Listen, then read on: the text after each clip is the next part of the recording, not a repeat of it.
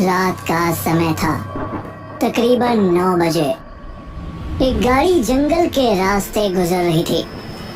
उसमें सवार 5 दोस्त कहीं दूर पहाड़ों पर घूमने जा रहे थे। सुमित गाड़ी चला रहा था और सभी इस ट्रिप के लिए बहुत एक्साइटेड थे। अच्छा है तुम सबने घूमने के लिए वक्त निकाल लिया, वरना यार घर में रहकर तो मैं बोर ही हो रही थी। हाँ यार, फाइनली हम लोग ट्रिप पर जा रहे हैं। हाँ यार, हमारी ट्रिप हर बार राजीव की वजह से ही कैंसिल होती है। सही कहा तुमने, ऐसे हमारे साथ कहीं जाना ही नहीं होता। पता नहीं ऐसा कहाँ बिजी रहता है। अरे नहीं यार, ऐसा नहीं है। तुझे तो पता है ना कि मुझे अपनी जॉब भी करनी होती है, वो बस इसीलिए है। हाँ, सब पता है मुझे। सब गाड़ी में बातें करते हुए आगे बढ़ रहे थे, लेकिन तभी चलो कुछ खाना खा लेते हैं, वहाँ ढाबा है। हाँ चलो। सभी गाड़ी से उतरकर ढाबे पर खाना खाने जाते हैं। भैया मेरा खाना नहीं आया। हाँ जी मैडम जी, आपकी ये प्लेट अलग रह गई थी, मैं अभी आया। उसके बाद सभी खाना खाते हैं और खाना खाकर गाड़ी में बैठकर दोबारा होटल की तरफ जाने लगते हैं। लेकिन तभी अचानक रिया को अजीब सा महसूस होता है। 1 मिनट रुको, जल्दी गाड़ी रोको। क्या हुआ रिया? रिया देखती है कि उसे कोई मामूली नहीं बल्कि खून की उल्टी हो रही थी। ये देखकर रिया को बड़ा अजीब लगता है, लेकिन वह किसी को कुछ नहीं कहती। और जब वह ठीक महसूस करती है। तुम ठीक तो हो ना रिया? हाँ शायद बस मोशन सिकनेस हो गई होगी। हाँ, हवा पानी चेंज होता है इसलिए ऐसा होता है। चलो अब चलते हैं, वैसे भी हम होटल पहुंचने वाले हैं, वहां जाकर तुम रेस्ट कर लेना। सभी गाड़ी में बैठते हैं और थोड़ी देर बाद होटल पहुंच जाते हैं। होटल पहुंचते पहुंचते उन्हें रात हो गई थी। होटल में सब अपना अपना कमरा ले लेते हैं। रिया और स्नेहा ने एक रूम लिया था। सभी को भूख लगी थी, सब खाना खाने चले गए। लेकिन रिया का सिर जरा घूम रहा था, उसे कुछ भी ठीक नहीं लग रहा था। तो राजीव उसके पास आता है। क्या बात है रिया, तुम खाना क्यों नहीं खा रही हो? बस राजीव, मेरा मन नहीं कर रहा, तुम जाओ, मुझे थोड़ी देर आराम करने दो। अच्छा ठीक है, तुम अपना ध्यान रखना। हाँ, इतना कहकर राजीव वहाँ से चला जाता है। अंधेरी रात का सन्नाटा छाया हुआ था। रिया को नींद नहीं आ रही थी, वह करवटें बदल रही थी। मुझे मेरा शरीर इतना भारी भारी क्यों लग रहा है, पता नहीं क्या हो रहा है, बिल्कुल भी हिम्मत नहीं है।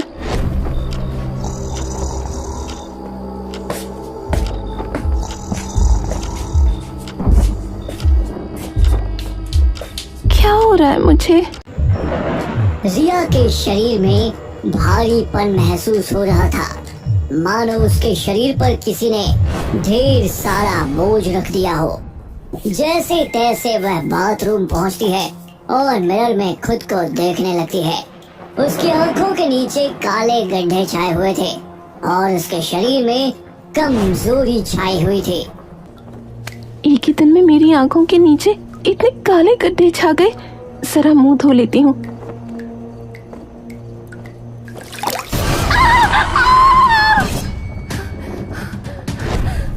लगता है मेरा वहम था शायद। तुम्हारा स्वागत है। रिया उसे देखकर बहुत डर जाती है और वह कुछ बोलना चाहती थी, लेकिन उसकी आवाज मानो गले में ही अटक गई हो। वह चाह कर भी कुछ नहीं बोल पा रही थी, तभी वह बेहोश हो जाती है। अगले दिन सुबह जब उसकी आंख खुलती है, क्या बात है रिया, तुम ठीक तो हो ना? मैं तुम्हें कब से उठाने की कोशिश कर रही हूँ। क्या मुझे क्या हुआ था? मैं यहाँ कैसे पहुँची? कैसे पहुँची क्या मतलब? तुम रात को यहीं तो सो रही थी, तुम्हें क्या हो गया है? पता नहीं, मुझे कुछ ठीक नहीं लग रहा, मुझे बेचैनी हो रही है। अच्छा तुम हमारे साथ चलो। नहीं, मुझे कहीं नहीं जाना।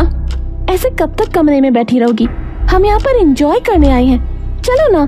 क्या पता बाहर घूमने के बाद तुम्हें अच्छा लगे। और क्या तुम्हें नाश्ता नहीं करना? मैंने कहा ना मुझे कहीं नहीं जाना, और खाने का तो मेरे सामने नाम भी मत लो। अच्छा ठीक है, अगर तुम्हारा मूड बदल जाए तो मुझे बता देना। स्नेहा वहाँ से चली जाती है और रिया कमरे में खिड़की के पास रखी कुर्सी पर बैठ जाती है। रिया अब पूरी तरीके से शांत हो चुकी थी। वह बस एक टक नजरें गड़ाए खिड़की से बाहर देख रही थी। पूरा दिन गुजर जाता है, न तो उसके मुंह से एक शब्द निकला था और न ही वह अपनी जगह से हिली थी। सभी वहाँ पर मौजूद थे और उससे बात करने की कोशिश कर रहे थे। अब तुम ही पूछो रिया से कि उसे क्या हुआ है। तुम उसके बॉयफ्रेंड हो, तुम्हें ज्यादा बेहतर पता होगा। रिया, तुम्हें हुआ क्या है? तुम कुछ बोल क्यों नहीं रही? कल रात से तुमने कुछ खाया भी नहीं। चलो खाना खा लो। देखो, मुझे ना रिया की हालत कुछ ठीक नहीं लग रही। ये कल से कुछ अजीबोगरीब व्यवहार कर रही है। हमें घर वापस चलना चाहिए। मुझे भी ऐसा ही लगता है। जब से रिया यहाँ आई है, इसने ना तो कुछ खाया है और ना ही इसकी हालत ठीक है। तुम सही कह रहे हो दोस्तों, मुझे भी बहुत चिंता हो रही है। हम अभी वापस चलते हैं। अंधेरी रात के तकरीबन 12 बजे सभी गाड़ी में अपने घर की तरफ जंगल के रास्ते से जा रहे थे। गाड़ी में भी रिया का वही बर्ताव था। वह बस एक टक गाड़ी के बाहर देख रही थी और किसी से कुछ नहीं बोल रही थी। लंबा सफर तय करने के बाद सभी सबसे पहले रिया के घर पहुंचते हैं। बेटा, तुम सब इतनी जल्दी वापस कैसे आ गए? आंटी जी, रिया की तबीयत कुछ ठीक नहीं लग रही थी, इसलिए हम आज ही वापस आ गए। रिया को क्या हुआ? क्या हुआ रिया? हाँ, वो तो बिल्कुल ठीक थी। पता नहीं अंकल, रिया ना तो कुछ खा पी रही है और ना ही किसी से बात कर रही है। ये जानकर रिया के माता पिता को बड़ा अजीब लगता है। रिया बिना किसी से बोले चुपचाप अपने कमरे में जाती है और लेट जाती है। उसके माता पिता उसके कमरे में जाते हैं। रिया बेटा, क्या हुआ तुम्हें? लगता है थक कर सो गई है। अभी इसे आराम करने देते हैं। सुमन और रमेश कमरे से बाहर जाते हैं और उनके जाते ही रिया अपनी आंखें खोल लेती है और बिस्तर पर बैठकर बड़े अजीब तरीके से दीवार को घूरने लगती है। आखिर क्या था जो रिया के साथ ऐसा हो रहा था?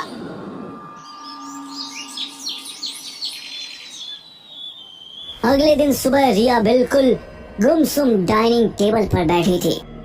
बेटा, तुम्हें क्या हुआ था? तुम्हारी तबीयत तो ठीक है ना? हाँ, तुम सब रात को अचानक ऐसे घर वापस क्यों आ गए? बेटा जरा आराम से खाओ। हाँ, मुझे और खाना चाहिए।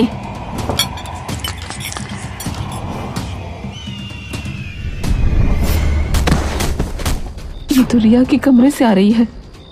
हाँ, चलकर देखते हैं। दोनों दौड़ कर जाते हैं तो देखते हैं कि रिया जोर जोर से अपने सिर को दीवार में पटक रही थी। बेटा तुम क्या कर रही हो? शांत हो जाओ, तुम ऐसा क्यों कर रही हो? हाँ बेटा, अगर कोई परेशानी है तो हमें बताओ। छोड़ दो मुझे, जाने दो। रिया के माता पिता बड़ी मुश्किल से उसे रोकते हैं और रिया के सिर से बहुत खून बह रहा था। उसे उसी समय अस्पताल लाया जाता है। डॉक्टर साहब, हमारी बेटी को क्या हुआ है? देखिए, हमने कुछ टेस्ट किए हैं, फिलहाल तो सब ठीक है। लेकिन वो ऐसी हरकत क्यों कर रही थी? देखिए, वो तो आपको उनसे ही पूछना होगा कि उन्हें ऐसी क्या परेशानी है जो उन्होंने ऐसा कदम उठाया। इतना कहकर डॉक्टर वहां से चला जाता है। सुमन और रमेश रिया को घर वापस ले आते हैं। रिया अपने कमरे में थी। तब पता नहीं हमारी बच्ची को क्या हो गया है, बिल्कुल ही अलग रूप हो गया है उसका। हाँ, इतनी कमजोर हो गई है और अजीबोगरीब हरकतें भी करने लगी है। ट्रिप पर जाने से पहले तो सब ठीक था, लेकिन जब से वहां से वापस आई है तब से ऐसा हो रहा है। हमें एक बार जाकर रिया से बात करनी चाहिए। हाँ।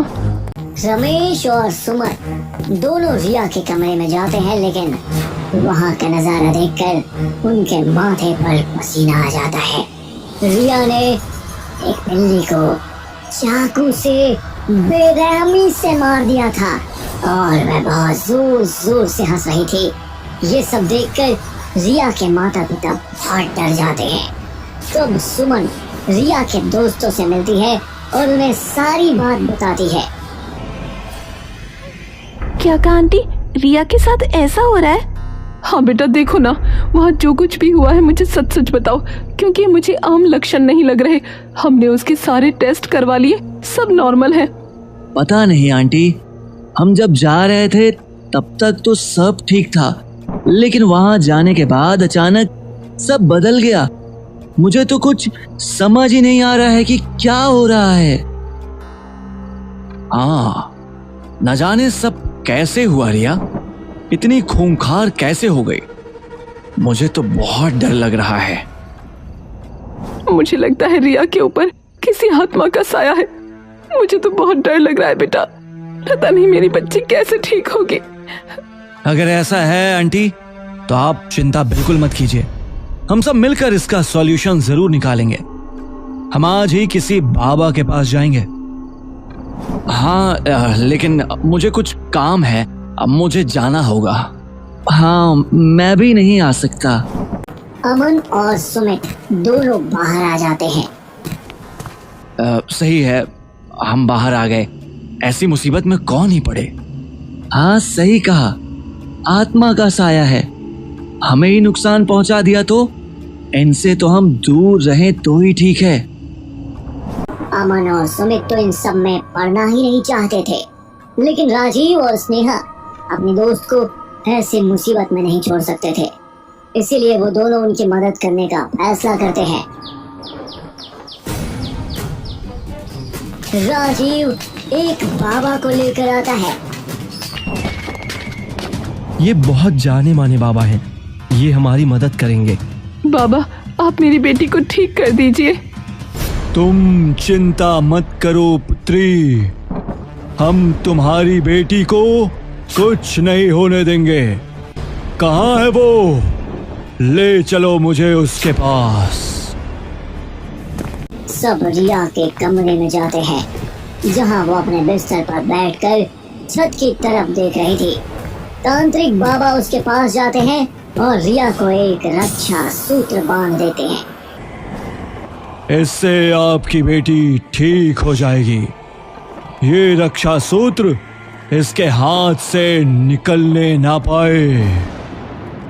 शुक्रिया बाबा। अगले दिन रिया की हालत में कुछ सुधार होता है। माँ, आपने खाने में क्या बनाया? इतने दिनों में पहली बार रिया के मुंह से निकले यह शब्द सुनकर सुमन खुश हो जाती है। मेरी बच्ची, तुम ठीक तो हो ना? हाँ माँ, लेकिन मुझे अजीब सा महसूस क्यों हो रहा है? कुछ नहीं मेरी बच्ची, तुम जल्दी ठीक हो जाओगी। उस दिन तो रिया की हालत में सुधार लग रहा था, लेकिन उस रात से फिर से रिया पहले की ही तरह अजीबोगरीब हरकत करने लगती है, जिसे देखकर सुमन बहुत दुखी हो जाती है। सुमन दोबारा उस बाबा को बुलाती है। देखिए ना, मेरी बच्ची फिर से हरकतें करने लगी है। मेरी बच्ची को ठीक कर दीजिए। इसे ठीक करना मुश्किल है। ऐसा मत कहिए बाबा, मैं अपनी बच्ची को बचाने के लिए कहीं भी जाऊंगी, कुछ भी करूंगी, लेकिन आप प्लीज उसे ठीक कर दीजिए ना। ठीक है, तो हमें एक यज्ञ करना होगा। ठीक रात 12 बजे आप अपनी बेटी को लेकर शमशान घाट आ जाना। कल अमावस्या की रात है, कल आखिरी मौका है। अगर कल यज्ञ ठीक से हो गया तो आपकी बेटी ठीक हो जाएगी, वरना इसे कोई नहीं बचा सकता। इतना कहकर तांत्रिक बाबा वहाँ से चले जाते हैं। मुझे समझ नहीं आ रहा मेरी बच्ची के साथ ऐसा क्यों हो रहा है। आंटी आप चिंता मत कीजिए, कल हम सारी सामग्री ले आएंगे और अच्छे से हवन करेंगे, सब ठीक हो जाएगा। हाँ, और रिया को मैं लेकर आ जाऊंगी।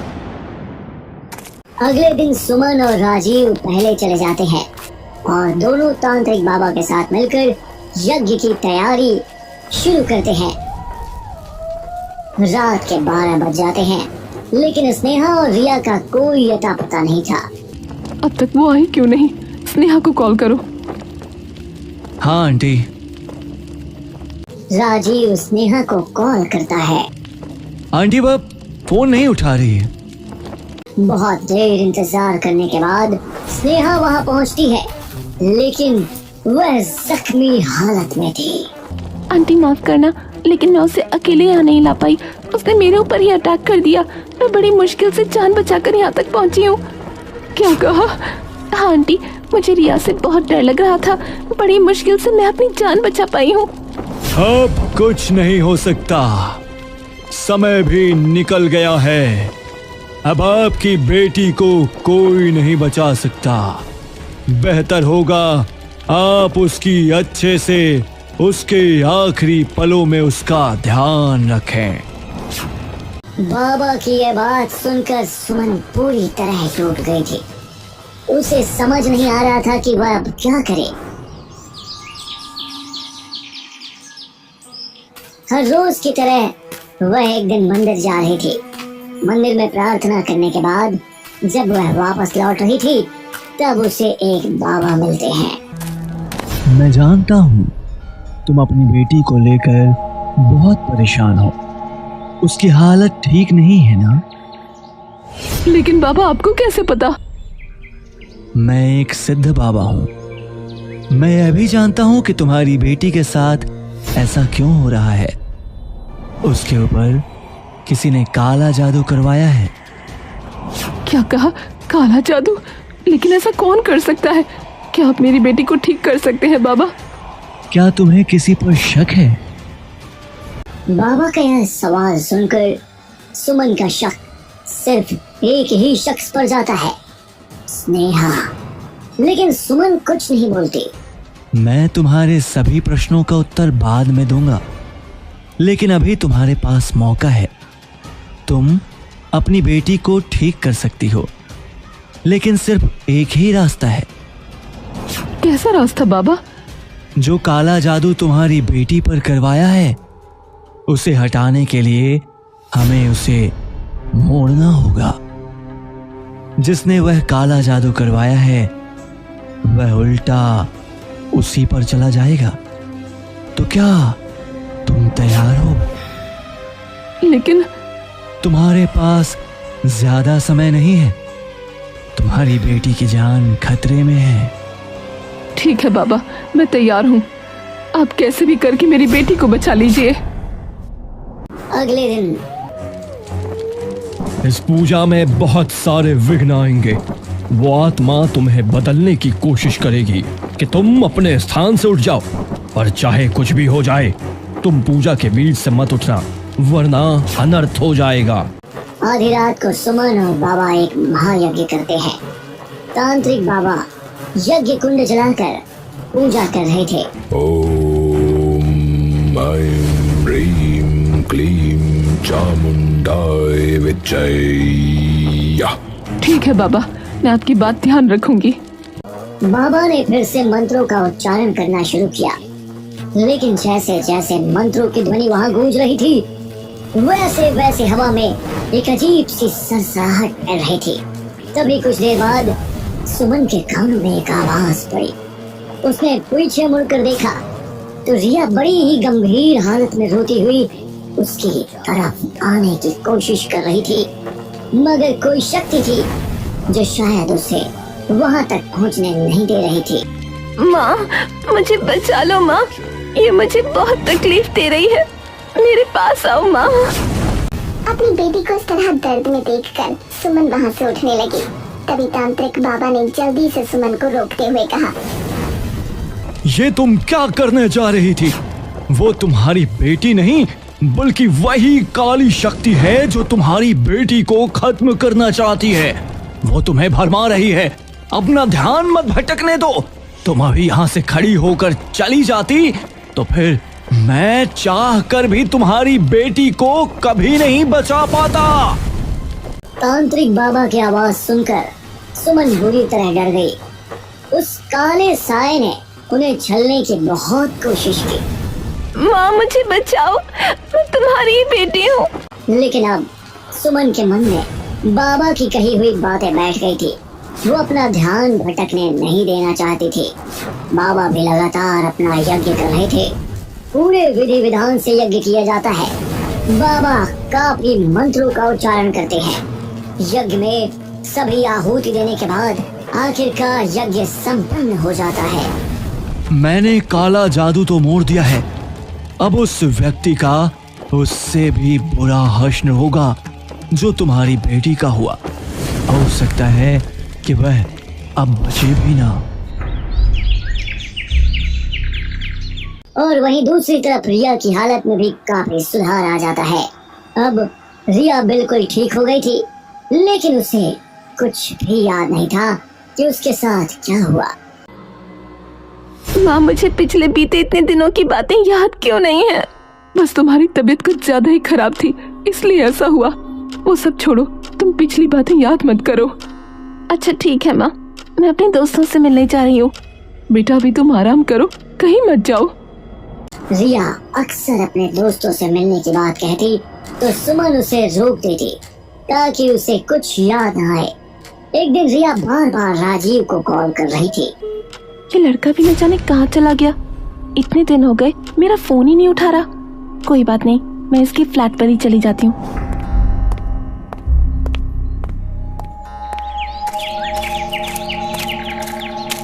रिया जब राजीव के फ्लैट जाती है तो काफी देर बिल बजाने पर भी कोई दरवाजा नहीं खुलता।